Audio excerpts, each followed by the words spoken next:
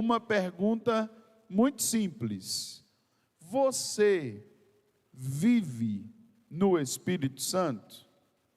É uma pergunta muito simples, que inclusive você pode fazer só para dar uma cutucada assim em quem está do lado, sabe? Só para poder aí assim. Você vive no Espírito Santo, Ricelli? Letícia, você vive no Espírito Santo? A gente vai perguntando assim, mas na verdade essa pergunta não é para o outro. Essa pergunta é para quem? É para nós. Então, apesar dela estar assim, você vive no Espírito Santo, a melhor forma é dizer assim: e eu vivo no Espírito Santo? Agora você não vai mais perguntar para outra pessoa, você vai se perguntar para você mesmo: será que eu vivo no Espírito Santo?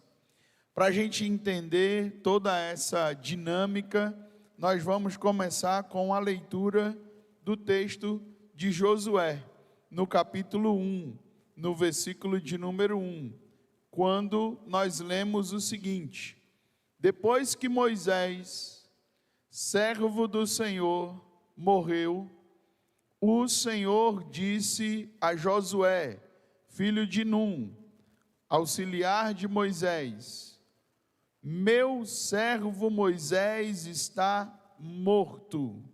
Chegou a hora de você conduzir, me perdi na minha leitura, chegou a hora de você conduzir todo este povo, os israelitas, para atravessar o rio Jordão e entrar na terra que eu lhes dou. Eu darei a vocês todo o lugar em que pisarem, conforme prometi a Moisés. Agora a gente vai pular para o versículo 6. Vamos até o versículo de número 6. Aí Deus diz a Josué: seja forte e corajoso, pois você conduzirá este povo para tomar posse da terra que jurei dar a seus antepassados. Versículo 7, seja somente forte e muito corajoso, tenha o cuidado de cumprir toda a lei que meu servo Moisés lhe ordenou, não se desvie dela, nem para um lado, nem para o outro, assim você será bem-sucedido em tudo que fizer. Pula para o versículo de número 9 agora, Josué capítulo 1, versículo 9, e a gente finaliza assim: esta é a minha ordem, seja forte e corajoso, não tenha medo nem desanime, pois o Senhor seu Deus estará com você por onde você andar. Que o Senhor aplique essa palavra em nossos corações nessa noite. Amém, irmãos? Nós passamos 2 meses aqui na igreja cantando aquele hino assim: caminhando eu vou para Canaã, caminhando eu vou para Canaã, caminhando eu vou para Canaã, glória a Deus, caminhando eu vou para Canaã. Passamos 2 meses falando sobre quando o povo saiu do Egito e ficou aonde? Sinai. Ficou aonde? No Sinai. O povo ficou ali no Sinai, aprendendo com Moisés, recebendo a lei, o tabernáculo, o sacerdote. Mas hoje nós chegamos em Canaã. Glória a Deus, irmãos. Tinha um irmão que toda vida que a gente estava ali na porta, ele dizia assim: pastor, não chega em Canaã não está chegando não, está perto ou está longe? Parece os meninos quando a gente vai viajar, né? E diz assim: já está perto de chegar na viagem, Mas hoje nós chegamos em Canaã. Agora o hino mudou. Agora não é mais esse não. Agora o hino é assim, ó. Vem com Josué lutar em Jericó, Jericó, Jericó. Vem com Josué lutar em Jericó e as muralhas cairão. Essa imagem do Antigo Testamento demonstra para nós verdades espirituais sobre a nossa vida. O tempo do Sinai é o tempo em que nós precisamos aprender de Deus. O tempo do Sinai é o tempo que representa os nossos primeiros passos na fé. É quando a gente ainda não conhece e precisa ir aprendendo tudo devagarzinho e vai perguntando como é que funciona isso, como é que funciona aquilo e aquilo outro. Mas o Sinai, ele é provisório. Inclusive aqui na história do Antigo Testamento, ele durou 1 ano e 2 meses. Ele é um tempo de preparação, ele é um tempo realmente de organização da nossa vida. Mas nós não podemos passar o tempo inteiro no Sinai. A gente tem que chegar em Canaã. E o que representa Canaã? Canaã representa agora a nossa vida real. Canaã representa os nossos desafios. Canaã representa a nossa vida dentro da nossa família, lá no nosso trabalho, a rotina que nós temos, e isso traz para nós a pergunta valiosa de como é que nós podemos viver com Deus, como é que nós podemos vencer as batalhas que aparecem em nossas vidas, no nosso cotidiano. Ou até perguntas melhores, como é que nós podemos ser usados como instrumentos na mão de Deus, na expansão do próprio reino de Deus. Aí a gente pode até abrir um pequeno parênteses, para quem sabe, alguns de nós, que já temos, um tempão de crente, sabe? Mas aí a gente se sente assim, eu preciso aprender mais. Eu ainda não sei. Me deixa aqui quietinho, me deixa aqui sentadinho. Não. Eu tenho que ficar, o meu papel na igreja, eu já achei, é ficar sentado, assistindo, olhando. Deixa eu dar uma notícia que talvez não seja muito boa para você. No reino de Deus, esse tempo aí é um tempo provisório. Vai chegar a hora que Deus vai falar com você, igual ele falou aqui com Josué. Vai chegar a hora que ele vai dizer assim: agora eu preciso que você cumpra uma missão, e eu quero dizer a você, seja forte e corajoso, ou seja forte e corajosa, porque nós temos muita coisa a fazer. Deus tem um plano de redenção para a humanidade, e o plano de Deus não é uma instalação de milhões de igrejas onde as pessoas se sentem e assistam cultos dominicais e voltem para a sua casa achando que são apenas espectadores. O plano da redenção de Deus, Jesus disse lá em Mateus capítulo 28, versículo 19: vão e façam discípulos de todas as nações, batizando em nome do Pai, do Filho e do Espírito Santo, e ensinando-vos a guardar todas as coisas que eu vos tenho ordenado, e eis que estarei convosco todos os dias, até a consumação dos séculos. Na verdade, a gente pode construir um paralelo muito interessante entre esse versículo que eu acabei de dizer a você e esse texto de Josué que nós acabamos de ler. Se você observar comigo sobre a figura dos próprios discípulos de Jesus, nós vamos enxergar esse paralelo quando eles estavam vivendo, digamos assim, sem Deus ou distantes, e chega Jesus e chama os seus discípulos. Seria como a imagem de Moisés, entenda, um paralelo apenas. Moisés que chegou e teve a função de tirar o povo do Egito.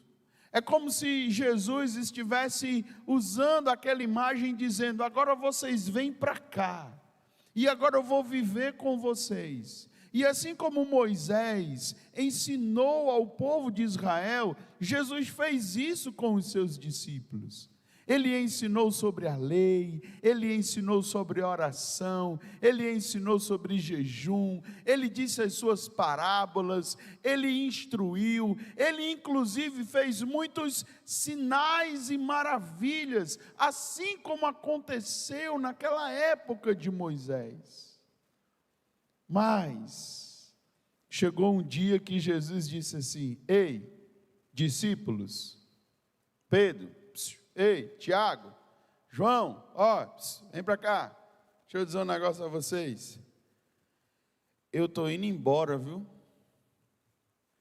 Eu vou morrer, eu vou ressuscitar e eu vou voltar para o céu.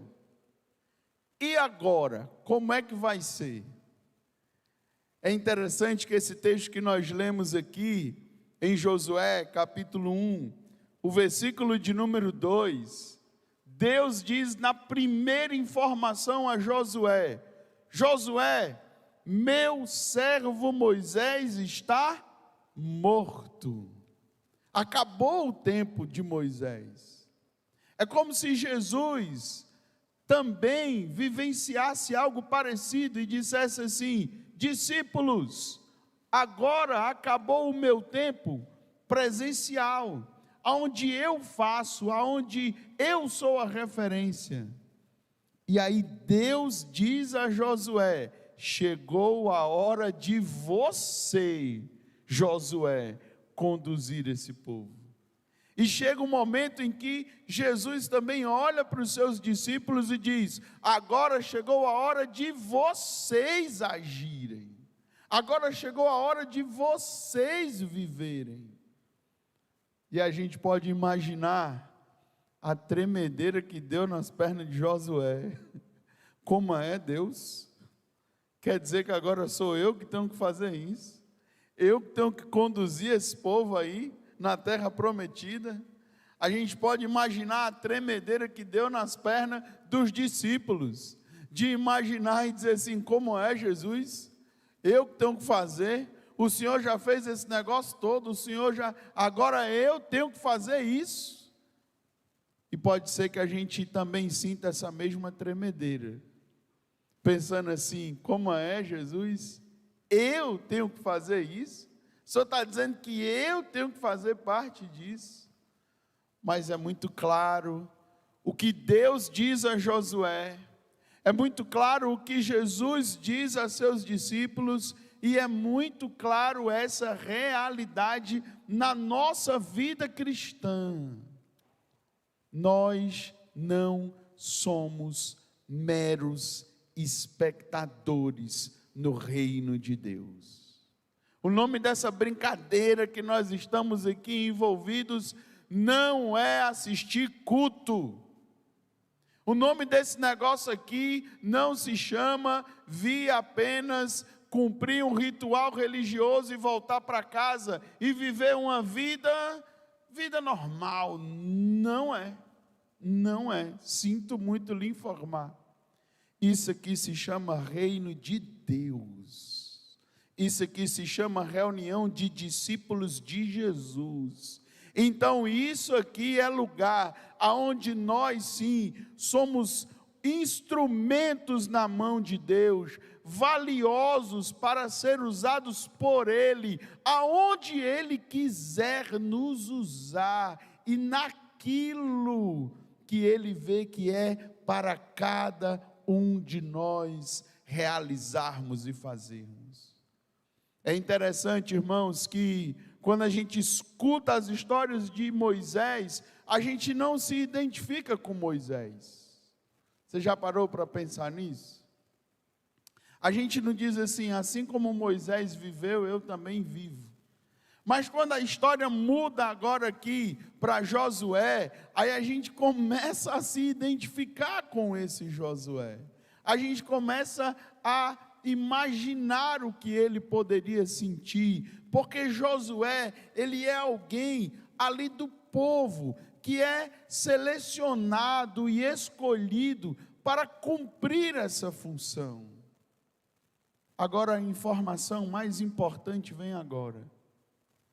Como é que Josué iria conseguir ter êxito na sua missão? Qual era o segredo que ele poderia ter para colocar em ação e vencer tudo que eles tivessem pela frente? E naquele caso eram guerras, eram batalhas, eram exércitos. Como ele poderia vencer? Você consegue ver a resposta comigo aí no versículo de número 9? Seja forte. Josué capítulo 1, versículo 9. Seja forte e corajoso. Não tenha medo nem desanime, pois o Senhor, o seu Deus, estará com você por onde você andar. Vamos repetir essa parte para poder ficar mais forte no nosso coração. O Senhor, o seu Deus, estará com você por onde você andar. O segredo de Josué não era a força dele, não era a inteligência dele, não era a experiência dele. O segredo de Josué era a presença de Deus na vida dele. Talvez um dos maiores exemplos é inclusive o cenário dessa canção, desse hino, desse corinho que eu cantei com vocês, né? Vem com Josué lutar em Jericó, Jericó, Jericó. Vem com Josué lutar em Jericó e as muralhas cairão. Mas a pergunta é: quem derrubou as muralhas? Quem conseguiu o êxito de trazer construções enormes, se tornando pó e vindo ao chão? A experiência que Josué viveu, irmãos, ela é tão irônica, a gente talvez não consegue compreender, mas eles se prepararam para a batalha, eles pegaram as espadas, eles fizeram alongamento, não é isso, Alexandre? Para não ter nenhuma distensão, sabe? Eles se prepararam, eles colocaram a armadura, eles fizeram um grito de guerra, né? Vamos lá, é nós, Israel, vamos embora, vamos lá, Deus, o que é que a gente faz? Vai! Só faz assim, dê umas voltinhas aí em volta da cidade. Aí quando você dê 7, volta. Aí depois você dá uns gritinhos assim, aí está tudo certo. Aí volta para casa. Aí o exército, como é, Deus? E aqui? Como é que a gente... Não, deu umas voltinhas aí. E eu imagino eles dando voltinha, e se fosse... se o povo de Jericó fosse cearense, pastor Rogério, o povo ia ficar de cima da muralha dizendo assim: ei, bando de fraco, estão fazendo o que, essa palhaçada aí, sabe? Tirando onda deles. Sabe por que Deus fez isso com Josué e com o exército de Israel? Para dizer uma coisa só: não é vocês que realizam nada, é a minha mão que age e dá vitória, e destrói muralhas, e liberta, e consegue realizar tudo. Agora tem um detalhe importante, irmãos. Se eles estivessem lá no acampamento, imagine comigo, dizendo assim: Deus, vai lá e destrói as muralhas, a coisa não teria funcionado. Você consegue perceber esse segredo comigo? Deus não trabalha sozinho.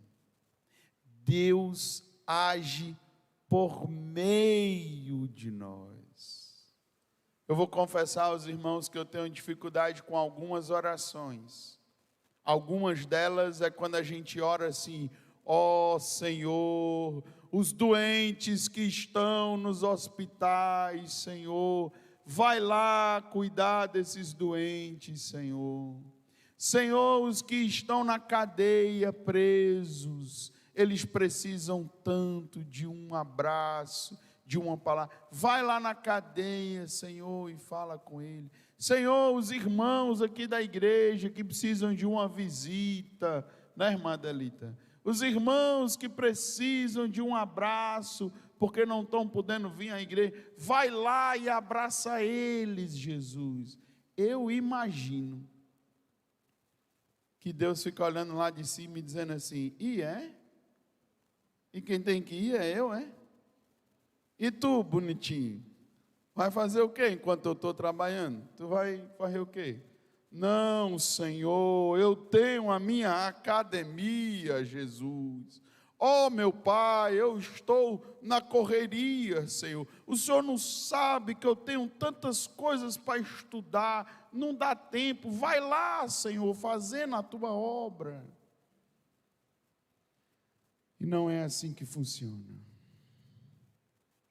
No Novo Testamento, a linguagem que a gente vai começar todos os domingos agora a desfrutar, não é que o Espírito age, a linguagem é viver no Espírito. Pense que depois que Jesus disse assim: Pedro, Tiago, João, vão e façam discípulos. Depois que Jesus disse isso, o evento seguinte foi a descida do Espírito Santo sobre a vida deles. O evento seguinte agora foi eles serem cheios do Espírito Santo. E agora eles poderiam sim cumprir a missão, porque agora eles têm uma nova vida, uma vida baseada no Espírito Santo de Deus. Eu queria que você deixasse um pouco Josué de lado e agora você fosse comigo lá para Romanos, no capítulo 8, no versículo de número 14, Romanos, capítulo 8, versículo de número 14. E você se identificando com essa temática de Josué, você se identificando que agora você está em Canaã, você se identificando que agora você tem que conquistar algumas batalhas, vencer alguns desafios, você vai conseguir ler comigo assim o que Paulo nos instrui nesse capítulo, que vai ser o capítulo das nossas reflexões nesse mês de outubro. Ele diz assim: porque todos que são guiados, Romanos capítulo 8, versículo 14, todos que são guiados pelo Espírito de Deus, são filhos de Deus. Olha a pergunta aí, ó. Você vive no Espírito Santo? Você é conduzido por Ele? Você está sob a orientação dEle? Eu sei que a aplicação de vitória para as batalhas é excelente. O Espírito é esse mesmo. Nós vamos voltar aqui a esse texto e vamos ver que esse Espírito, ele nos dá poder. Glória a Deus. Esse Espírito, ele nos conforta. Glória a Deus. Esse Espírito, ele nos auxilia, ele intercede por nós. Glória a Deus. Isso tudo é maravilhoso. Mas a primeira pergunta, antes de desfrutar de todos esses benefícios que temos pelo Espírito, é saber se nós somos conduzidos pelo Espírito de Deus. Eu não sou de ficar lendo muitos textos, eu gosto de ficar num texto só, mas hoje eu vou pedir licença aos irmãos para ler mais um versículo com vocês, dessa vez na carta de Paulo aos Gálatas, no capítulo de número 5, no versículo de número 25. E a gente vai ter o auxílio também da projeção. Aí, que maravilha! Carta de Paulo aos Gálatas, capítulo 5, versículo de número 25. E o que o texto nos diz é: uma vez que vivemos pelo Espírito, sigamos a direção do Espírito em todas as áreas de nossas vidas. Não podia ser mais claro, não é, irmãos? Não podia. A Bíblia não podia falar com a gente de um jeito mais explícito. A gente pode ler juntos, seguindo aqui a projeção, que eu sei que as versões são diferentes, mas por aqui a gente consegue fazer uma leitura em uníssono. Vamos lá?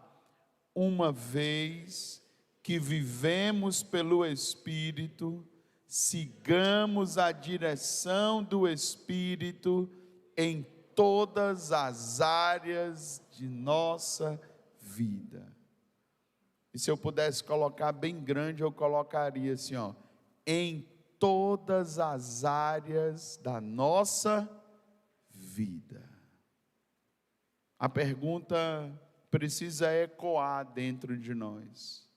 Eu estou vivendo no Espírito? Eu sinto de Deus, né? Às vezes a gente prepara algumas coisas e quando chega aqui, Deus nos dá algumas direções. E eu sinto nessa noite de dizer de Deus a essa igreja, principalmente a essa igreja, aqueles que são realmente assim, ó, aqui eu estou aqui, eu sou memorial e a gente está junto aqui. Preste bem atenção. Se você não está fazendo discípulos de Jesus, você não está sendo guiado pelo Espírito de Deus. Acho que agora que eu estou entrando no 4º ano de pastorado, pastor Rogério, aí dá uma coragemzinha, sabe, pastor José Lima, de arriscar dizer umas coisinhas mais pesadas no domingo à noite, sabe? No começo o cara tem que ir devagarzinho, dizendo assim, olha, tem.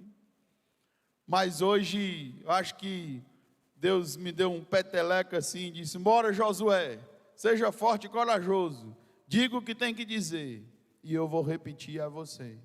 Meu querido irmão, se você não está fazendo discípulos de Jesus, você não está sendo conduzido pelo Espírito de Deus.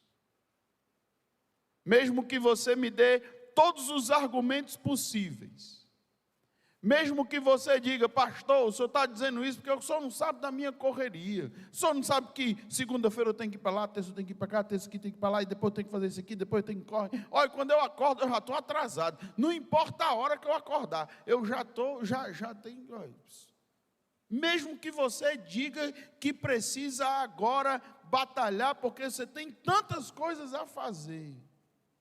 Eu me lembro aqui de um texto que diz: o que adianta ao homem ganhar o mundo inteiro e perder a sua própria alma? Eu ainda até creio, irmãos, que o fato de você não fazer discípulos não vai lhe trazer a condenação, não vai tornar você refém do juízo de Deus. Mas eu preciso lhe dizer de novo, com todas as letras, o Espírito de Deus nos conduz a uma ordem só que Jesus nos deu: vão e façam discípulos de todas as nações. E eu confesso aos irmãos que essa não era a direção da mensagem para hoje. Não era, mas agora se tornou.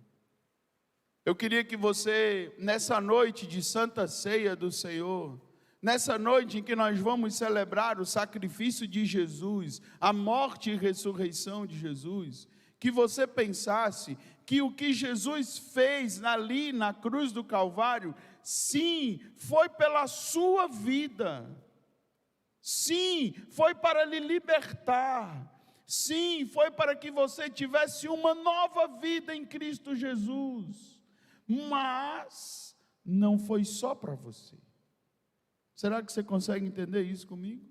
Muito obrigado, Senhor, pela sua morte, pela sua ressurreição. Muito obrigado por tudo que o Senhor fez por mim. Glória a Deus, amém, acabou. Não, isso não é o reino de Deus. Jesus nunca trabalhou assim, fazendo com que a visão da sua obra chegasse e parasse em nós. Não. Jesus estava sempre procurando outro. Sabe por quê? Porque Deus amou o mundo de tal maneira que deu o seu Filho unigênito, para que todo aquele que nele crê,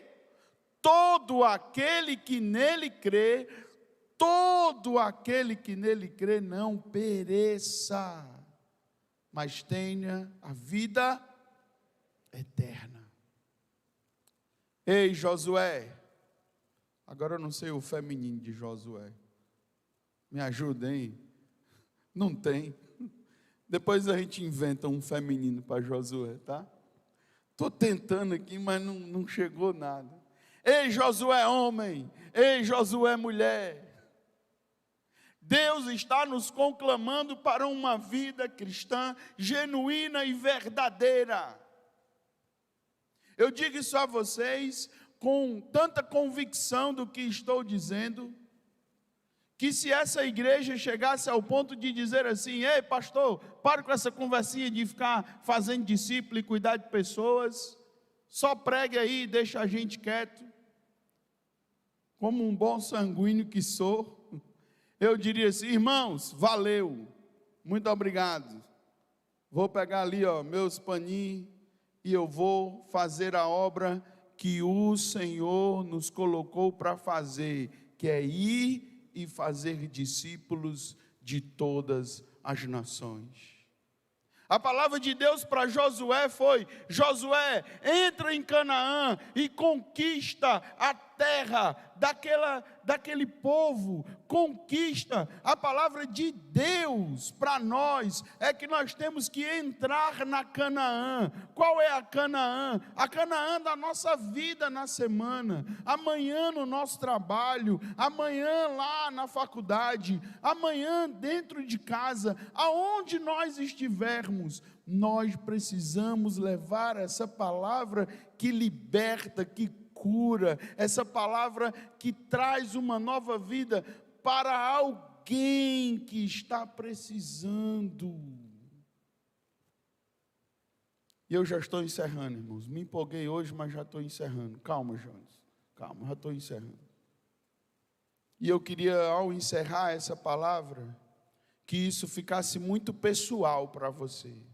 Não pode ficar assim no mundo das ideias.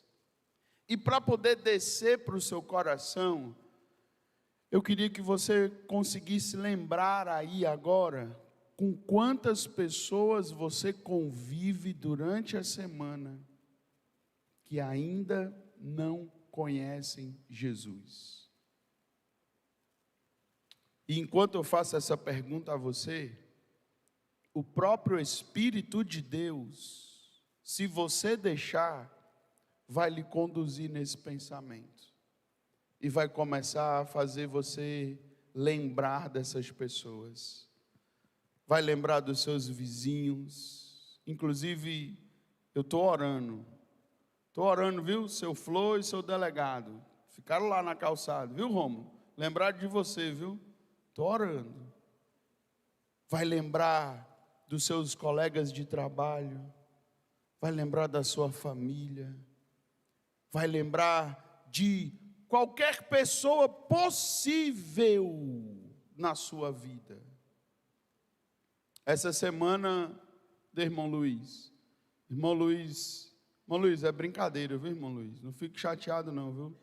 Irmão Luiz profetizou sobre a minha vida, aí disse assim: pastor, a máquina de lavar lá de casa quebrou. Aí eu chamei o Josafá, ele consertou. Irmãos, não é que na outra semana a minha máquina quebrou também? É brincadeira, viu, irmão Luiz? É brincadeira. Mas eu lembrei do comentário do irmão Luiz e disse assim: irmão Luiz, cadê o Josafá? Me dê o contato dele. E o Josafá foi lá para casa consertar a máquina. Mas, irmãos, sabe o que é você olhar para o Josafá e dizer assim: Senhor, será que o Josafá te conhece? Será que o Josafá, ele vai descansar na eternidade quando o Senhor voltar? Sabe a diferença que é entre você dizer assim: ei, cara, conserta esse negócio aí, depois me diz quanto é e vai embora, eu nunca mais quero te ver na vida, e eu estou falando de coisas rotineiras. E aí, irmão Luiz, eu peguei o contato do Josafá, eu convidei ele para vir na igreja, e eu estou orando pelo Josafá. Inclusive, irmãs, o Josafá, deixa eu dizer um negócio a vocês. Um dia ele vai vir aqui, ele vai confirmar. A mala de ferramenta, irmão Antônio, do Josafá, é uma Tupperware. Você acredita num negócio desse? Eu disse: Josafá, eu não estou acreditando num negócio desse não. Mas é dos Josafás da vida que a gente precisa pensar agora, para a gente poder orar. Porque Deus está nos conclamando, irmãos. Se nós vivemos no Espírito, uma vez que vivemos pelo Espírito, sigamos a direção do Espírito em todas as áreas de nossas. Vamos ler mais uma vez antes de orar? Uma vez que vivemos pelo Espírito, sigamos a direção do Espírito em todas as áreas. Vamos orar? Quando a gente orar e abrir os olhos, o louvor já vai estar aqui, os diáconos já vão estar aqui, os